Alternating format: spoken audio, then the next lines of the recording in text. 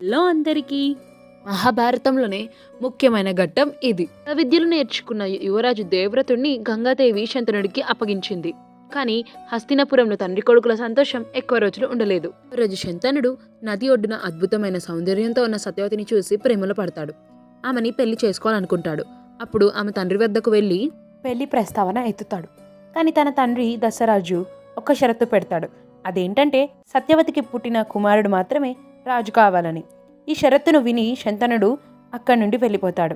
ఎందుకంటే రాజ్యాధికారంపై పూర్తి హక్కు తన గొప్ప కుమారుడైన దేవవ్రతుడికి ఉంది కాబట్టి. తనకి అన్యాయం చేయలేక సత్యవతిని వదులుకోలేక శంతనుడు ఎవ్వరికి చెప్పకుండా ఎంతో బాధపడుతూ ఉంటాడు.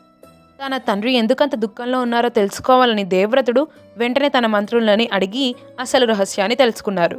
తండ్రి సంతోషం కోసం దేవవ్రతుడు వెంటనే దశరాజు వద్దకు వెళ్ళారు. వెళ్ళగానే, రాజా, మీ షరతుని నేను అంగీకరిస్తున్నాను.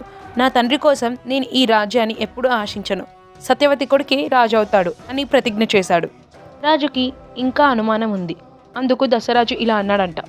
ఓ యువరాజా, మీరు త్యాగం చేశారు సరే, కానీ మీకు పుట్టే పిల్లలు కూడా మీలాగే మౌనంగా ఉంటారా? వాళ్ళు వచ్చి రాజ్యాధికారం కోసం యుద్ధం చేయవచ్చు కదా అని అనుమానం వ్యక్తం చేయగానే దశరాజ భయాన్ని పూర్తిగా తొలగించడానికి దేవవ్రతుడు ఆ క్షణమే అందరు ఆశ్చర్యపోయేలా భయంకరమైన 2 ప్రతిజ్ఞలు చేశారు. మొదటిగా, నేను సింహాసాన్ని ఎప్పుడు ఆశించను. 2, నాకు సంతానం ఉంటే వారు రాజ్యాన్ని కోరుకుంటారు కాబట్టి నేను జీవితాంతం పెళ్లి చేసుకోకుండా ఆజన్మ బ్రహ్మచార్యాన్ని పాటిస్తాను అని 2 ప్రతిజ్ఞలు చేశారు.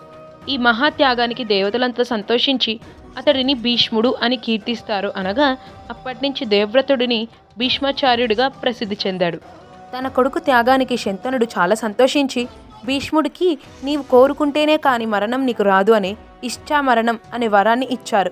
ఆ తర్వాత దశరాజు సంతోషంగా సత్యవతిని శంతన మహారాజుకి ఇచ్చి పెళ్లి చేశారు. భీష్ముడి ఈ మహాత్యాగమే భవిష్యత్తులో కురువంశానికి శాపంగా మారింది. మరి శంతనుడు మరణించాక సత్యవతి కుమారులు ఎలాంటి ఇబ్బందులు పడ్డారు? కురువంశం అంతరించిపోయే ప్రమాదం ఎందుకు వచ్చిందో నెక్స్ట్ పార్ట్ 6లో చూసేద్దాం. Until then do like, share and subscribe to Chinnari Prapancham with Divya.